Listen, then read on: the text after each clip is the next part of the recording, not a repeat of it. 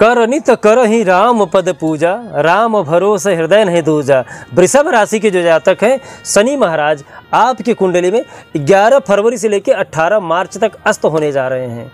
तो यहाँ पर शनि महाराज क्या प्रभाव डालने वाले हैं। शनि महाराज आपकी कुंडली में 10वें भाव में बैठे हैं। 10वां भाव आपके पिता का भाव होता है, कर्म का भाव होता है, वाहन का भाव होता है। यहाँ से आप अपना व्यापार देखते हैं। तो यहाँ पे शनि महाराज क्या असर करने जा रहे हैं, यहाँ पे आपको लाभ पहुँचा रहे हैं या हानि पहुँचा रहे हैं। जो इनकी तीसरी दृष्टि है, ये आपके कुंडली के 12वें भाव पे पड़ रहा है।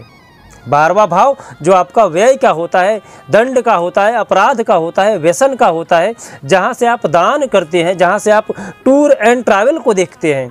इस जगह पे शनि महाराज की जो तीसरी दृष्टि पड़ रही थी, वहाँ से क्या असर मिलने जा रहा है। साथ ही साथ जो इनकी 7वीं दृष्टि है, 7वीं दृष्टि ये आपके कुंडली के 4th भाव में पड़ रही है। 4th भाव माता पिता का सुख होता है, मकान, बाग बगीचे, जो आपके ऐश्वर्य की चीज़ें हैं, वहाँ पे क्या शनि महाराज असर करने जा रहे हैं। साथ ही साथ जो इनकी 10वीं दृष्टि है, 10वीं दृष्टि आपके कुंडली के 7म भाव पे पड़ रही है।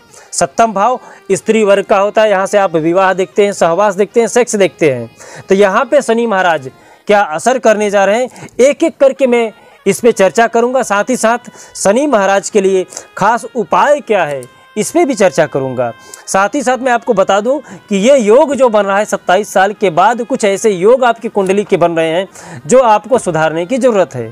तो आप उपाय करना मत भूलिएगा। मैं एक एक करके जितने भी शनि महाराज के दृष्टि है, तीसरी, 7वीं और 10वीं, सब पे चर्चा करूंगा और सबका जो असर है वो बताने जा रहा हूँ। जय श्री महाकाल। मैं राहुल तिवारी आप सभी का आपका अपने इस चैनल में हृदय से स्वागत करता हूं। दोस्त, शनि महाराज जिस भाव में बैठे वो आपके कर्म का भाव है, और शनि महाराज तो कर्म के देवता है, न्याय के देवता है। कर्म प्रधान विश्व कर राखा, जो जस करस तो तस फल चाखा। तो शनि महाराज आपके कर्म को अस्त करने जा रहे हैं। जब जीवन में से कर्म ही निकल जाए तब आदमी क्या कर सकता है। जब आप कुछ करोगे ही नहीं, जब आप कर्म विहीन हो जाओगे तो आपको रिजल्ट क्या मिलेगा।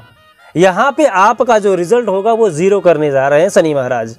आपके जो कर्म है, कर्म में आलस्य का प्रमाण बढ़ जाएगा। आलस्य का प्रमाण बढ़ने से क्या होगा कि आप अपना जो व्यापार कर रहे हो सोचोगे कि भाई आज क्यों जाए, थोड़ा आज मार्केट अच्छा नहीं, ऐसा करता हूँ कि कल जाते हैं, तो आपका घाटा हो जाएगा। साथ ही साथ जो नौकरी कर रहे हैं वो सोचेंगे कि मैं 1 दिन की 2 दिन की रजा मार लूँ, थोड़ा घर पे ही सो लेता हूँ, नींद भी नहीं आएगी। शनि महाराज अस्त रहेंगे तो नींद भी नहीं आएगी, लेकिन आलस्य की वजह से आप नौकरी पे नहीं जाओगे। आपके वेतन वगैरह के जो लेन देन है वो रुक सकते हैं। आप वाहन से थोड़ा सा बच के रहिएगा। आपका वाहन से खतरा जब तक शनि महाराज अस्त हैं तब तक देखने को मिल सकता है, तो थोड़ा सा अपने आप को बचा के रखिएगा। तो शनि महाराज ये समस्या 1म भाव में बैठ के कर रहे हैं। साथ ही साथ जो इनकी तीसरी दृष्टि है, तीसरी दृष्टि ये आपके दंड के ऊपर पड़ रही। कुंडली का जो 11 भाव के बाद, लाभ के बाद जो व्यय का स्थान आता है 12वां भाव, उस जगह पे पड़ रही है। तो वहाँ से आप अपना व्यसन में आप और ज़्यादा उलझ सकते हो। आपको किसी का व्यसन सता सकता है, जिसके वजह से आपके हाथों अपराध हो सकता है। तो अपने आप को आप ज़रूर बचाइएगा। जो भी कार्य करना, थोड़ा सा आपके जो रिश्तेदार हैं वो आपको फंसा सकते हैं आपके व्यसन की वजह से। तो आप यदि कहीं रिश्तेदारी में जा रहे हैं तो उस समय आप अपने ऊपर विशेष ध्यान रखिएगा। आप उनके साथ नशा करके कुछ गलत कार्य कर सकते हैं, इसलिए अपने आप को बचा के रखिएगा। साथ ही साथ जो इनकी 7वीं दृष्टि पड़ रही है, ये आपके कुंडली के 4th भाव पे पड़ रही है। 4th भाव जो है वहाँ से आपका माता पिता का सुख देखा जाता है, बाग बगीचे देखे जाते हैं। तो आपके ऐश्वर्य में भी कमी आएगी, क्योंकि जब आपका कर्म ही विहीन हो जाएगा तो जायज़ सी बात है कि आपका कर्म अच्छा रहेगा तो अच्छा फल मिलेगा, बुरा रहेगा तो बुरा फल मिलेगा। तो जब आपका कर्म ही शून्य हो जाएगा, 0 हो जाएगा, तो फल कहाँ से मिलेगा। तो आपके जो बाग बगीचे हैं, जो आपके ऐश्वर्य वाली चीज़ें हैं, जहाँ से आप सुख पाते थे, उसमें कमी आ सकती है। आप एकांत की अवस्था में जा सकते हो। इससे शनि महाराज एक फायदा करेंगे, आप अपने आप को पहचान सकते हो कि आप हो कौन, आपका साथ कौन कौन दे रहा है। क्या आपके माता पिता, जो आपके मामा के घर के लोग हैं, क्या आपका साथ दे रहे हैं कि नहीं दे रहे हैं। आप ये देख सकते हो, आप उनका परिचय इस समय ले सकते हो। शनि महाराज अकेला कर देते हैं, इसका मतलब ये नहीं कि आपको दंड देते हैं, आपको ये जानने के लिए भी तैयार करते हैं कि आप जाके स्वयं निरीक्षण करो कि आपके साथ कौन है आपके दुख के समय में।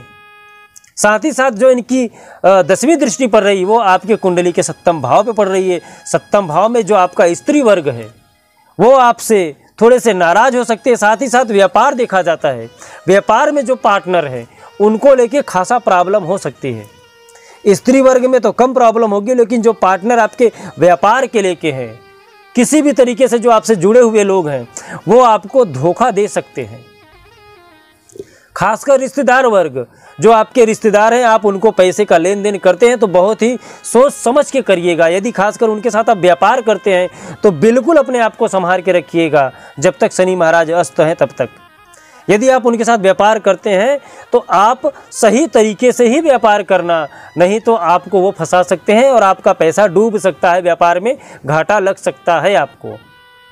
यदि आप किसी को नौकरी पे रख रहे हैं उस समय भी आपको थोड़ा सा सोचना चाहिए। और जो शनि महाराज की ये 10वीं दृष्टि पड़ रही है, इससे आपके व्यापार में तो नुकसान होगा ही होगा, साथ ही साथ आपके जो पार्टनर हैं उनसे आपका मतभेद भी हो जाएगा। आर्थिक नुकसान के साथ साथ मन का नुकसान हो जाएगा, मन में द्वेष आ जाएगा आपके प्रति। तो ये चीज़ आपको संभालने की ज़रूरत है। शनि महाराज अस्त होने जा रहे हैं, 27 साल के बाद ये ऐसा संयोग बन रहा है आपकी कुंडली के ऊपर, तो आप शनि महाराज को शांत जरूर करिएगा। शनि महाराज को शांत करने के लिए क्या खास उपाय आपके लिए है। वैसे शनि महाराज हमेशा वृषभ राशि का साथ देते हैं, लेकिन जब वो कुंडली से अस्त हो जा रहे हैं, अस्त होने का मतलब है कि उस जगह पे सूर्य का उदय होना। जब सूर्य उदय हो जाते हैं तो उनका प्रकाश इतना ज़्यादा रहता है कि शनि महाराज उनकी रोशनी में छिप जाते हैं, हमको दिखाई नहीं देते हैं। तब हम कहते हैं कि सूर्य उदय हो गए हैं और शनि अस्त हो गए हैं। ऐसा नहीं कि शनि महाराज वहाँ से कहीं चले गए हैं, लेकिन सूर्य का प्रकाश इतना ज़्यादा रहता है कि उसके प्रकाश के सामने शनि महाराज अस्त हो जाते हैं, दिखाई नहीं देते हैं।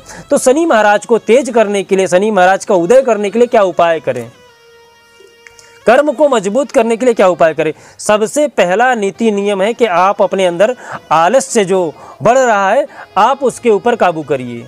साथ ही साथ जो आप कर्म कर रहे हैं आप उसके ऊपर थोड़ा सा ध्यान दीजिएगा। उपाय मैं बता दूं कि आप ओम सम शनिश्चराय नमः इस मंत्र का जाप कर सकते हैं। काली उड़द का आप दान कर सकते हैं। हनुमान चालीसा का शनिवार के दिन आप पाठ कर सकते हैं। शनि जी को आप छाया दान कर सकते हैं। छाया दान का मतलब होता है आप सरसों का तेल लेके आप अपना मुंह उसमें देख के अपनी छाया उसमें छोड़ के और उसको आप किसी को दान कर सकते हैं। इसको छाया दान कहते हैं।